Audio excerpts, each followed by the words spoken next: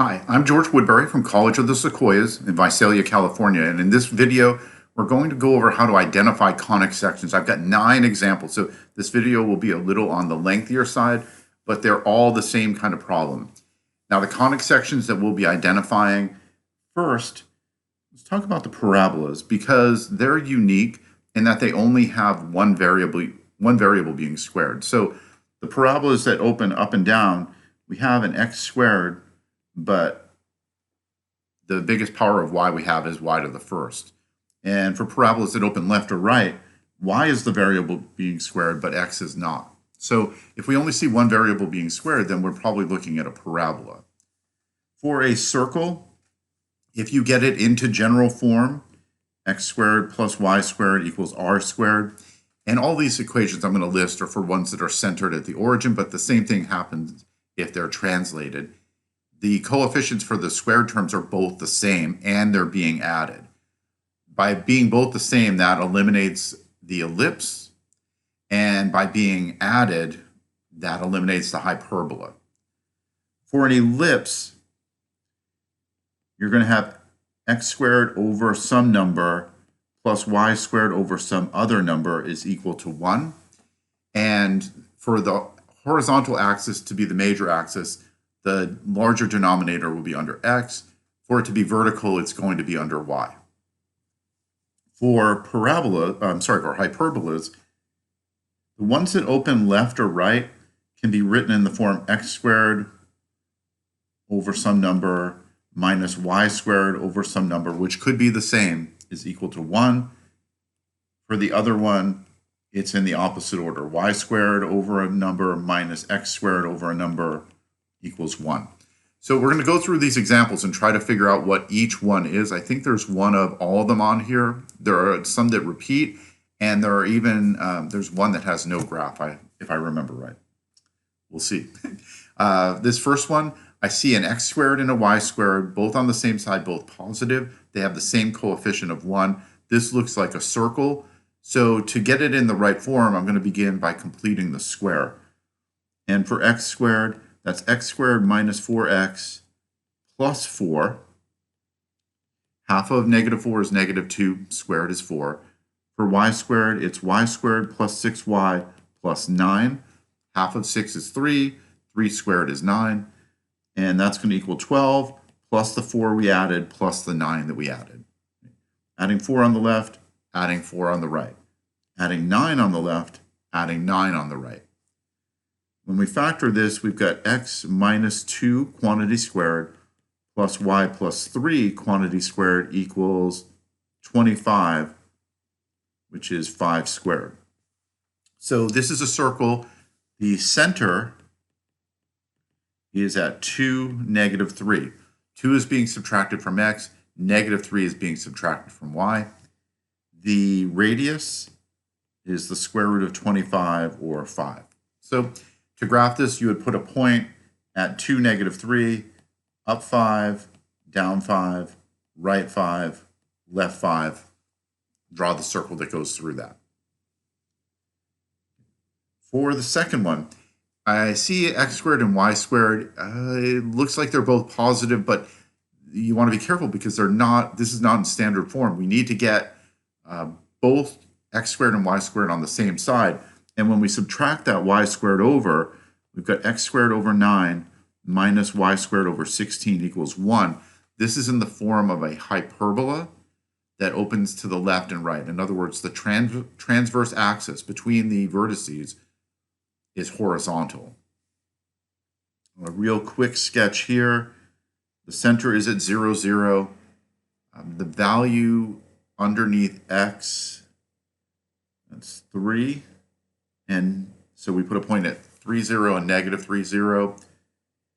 The value underneath y, that's a 4 squared. So up 4, down 4. Draw a little box. Draw the asymptotes passing through the corners of the box and the center. And then again, this one opens left and right.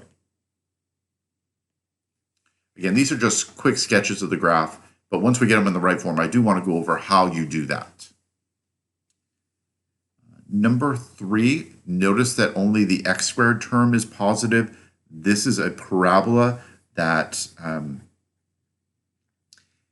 looks like it's going to open upward because the coefficient of in front of the squared term is positive. So we've got x squared, that tells me up or down. Because it's positive, that tells me that it moves upwards. I know the vertex is 1, -3.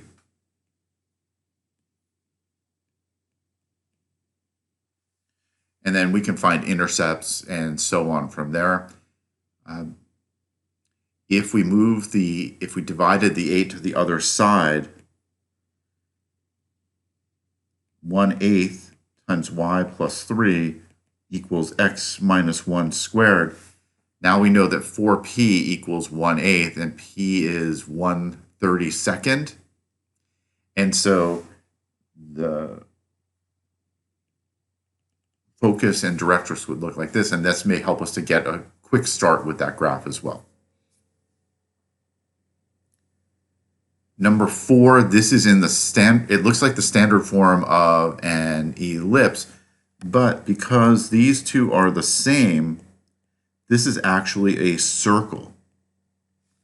If we multiplied both sides of the equation by 16, this would turn into x minus 3 squared plus y plus 2 squared equals 16. The radius would be the square root of 16, or 4, and the center would be 3, -2. So you want to be careful there. It looks like an ellipse because we've got x squared over a number plus y squared over a number equals 1. That's the form that we usually write our ellipses in. But when those two are the same number, now we have a circle. Problem 5, we've got x squared and y squared being added together. Their coefficients are different, so this looks like an ellipse. To get it into the right form, I do need to complete the square for y. There's no x term, so there's nothing to complete there. But for the y terms, I'm going to factor out a common 9, y squared plus 16y, leave some room, equals -135. Half of 16 is 8. 8 squared is 64. So if I add 64 on the left-hand side in the parentheses, I'm really adding 9 times 64 on the right, 576. Sorry, I don't know why I wrote an equal sign there. So we add those together, and we get x squared plus 9 times y plus 8 squared equals 441, which we can divide over.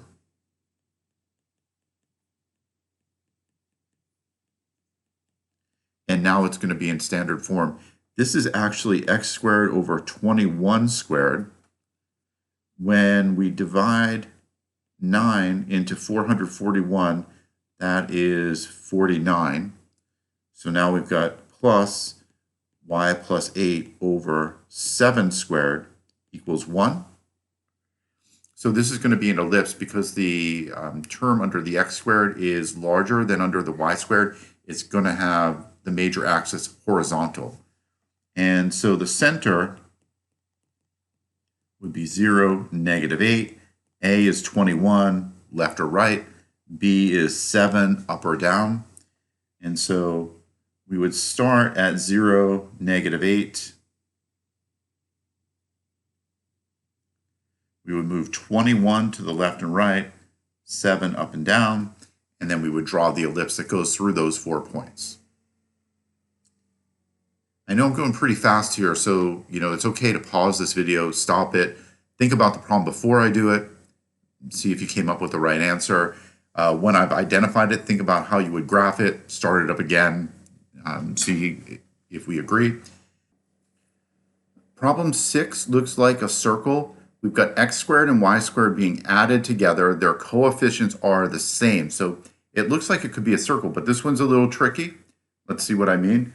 I want to try to complete the square so I can get it into x minus h squared plus y minus k squared. Oops. That.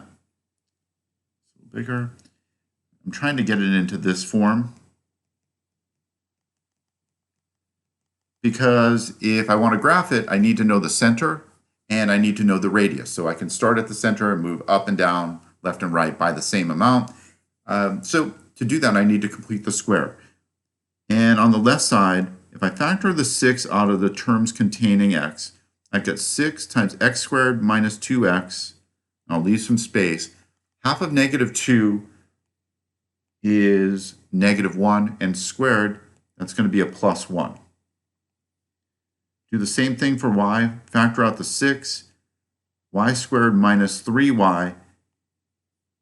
Half of negative 3 is negative 3 halves. Squared is 9/4. So I add 9/4 in the parentheses. On the right side, I need to keep this balanced. So I've got negative 25.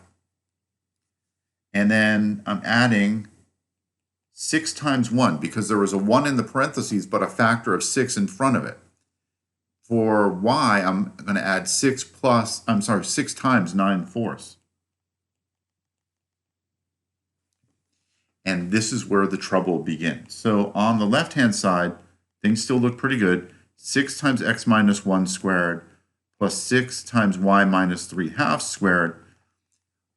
I can divide over that 6, and the left side will be in the right form. The problem is on the right-hand side, because what we're going to see is the right-hand side ends up being negative. I'm going to start with the 6 times 9/4. This is 54 over 4, or 27 over 2. So since this is a fraction over 2, I want to get the others in terms of a denominator of 2 as well. 6 times 1 is 6. That's the same as 12 over 2. And negative 25 is the same as negative 50 over 2. So when I combine those numerators, negative 50 plus 12 plus 27 is negative 11. So I've got this non-negative term plus this non-negative term. 6 is positive, the square can't be negative, is equal to a negative number. That is impossible. This equation has no graph. Maybe there's not one that has no graph. Maybe that was supposed to be it and I have a little typo there. Who knows? In problem 7, notice we have a y squared but no x squared. So this is going to be a parabola that opens left or right. And the first thing that we should do is let's move the 12x over and the 32. So we can try to complete the square here. Negative 12x plus 32. Half of 6 is 3, squared is 9. So we'll add 9 to both sides. We've got y plus 3 squared equals negative 12x plus 41. If we factor out the negative 12, we would have negative 12 times x minus 41/12. So the vertex is 41/12, comma, negative 3. We know that 4p equals negative 12, so p would be negative 3. And that tells us that this is going to open to the left. When we put the center on the graph, so 41/12 is a little more than 3, down to negative 3. We move 3 to the left. The focus would be about here. The directrix would be 3 to the right over here. And the graph's going to look like this. Number 8, we've got x squared and y squared, both with positive coefficients, different positive coefficients on the left side. This looks like an ellipse. To get it into standard form, just divide through by 100. We need that right side to equal 1. Simplify on the left side. We've got x minus 5 squared over 4 plus y minus 3 squared over 25. And so this is going to be an ellipse with a major axis being vertical. 25 is 5 squared, 4 is 2 squared. The center is at 5, 3. 5, 3 here. 2 units to the left. 2 units, well, that's not good. 2 units to the right. Underneath y, we've got a 5, so we would go up 5, down 5, and we would draw the ellipse through those 4 points. One to go. I must have made a typo because this one has a graph as well. I thought I had one where we would have x minus h squared plus y minus k squared equals 0. And that means that the graph is only the point at the center. It doesn't have a radius. However, it seems like it hasn't worked out. We got one more. We've got x squared and y squared, different signs of their coefficients, probably looking at a hyperbola. We'll get that by completing the square. Factor out the 9 from the x terms. Factor out the negative 4 from the y terms. Move we already have negative 68 on that side. Half of, for x, half of negative 4 is 2. 2 squared is 4. Add 9 times 4 on the right. For the y terms, half of 2 is 1. Squared is 1 times negative 4. So negative 4 times 1 on the right.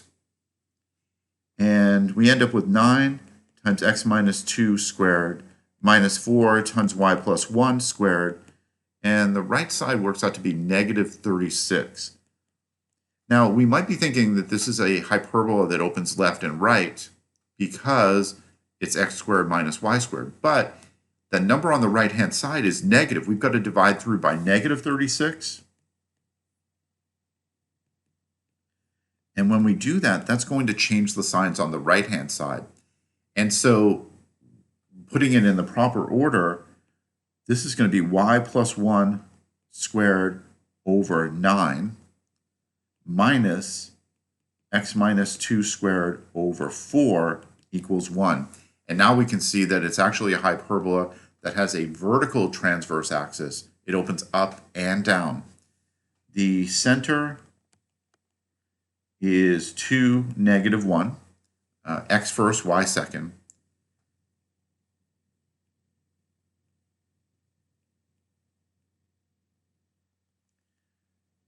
The value underneath x is 2 squared, so we'll move 2 to the right and 2 to the left. Those points are not on the graph. I'm just going to use those to help me draw the box to graph it with. Underneath y, we've got 9, which is 3 squared, so we'll move up 3 and down 3.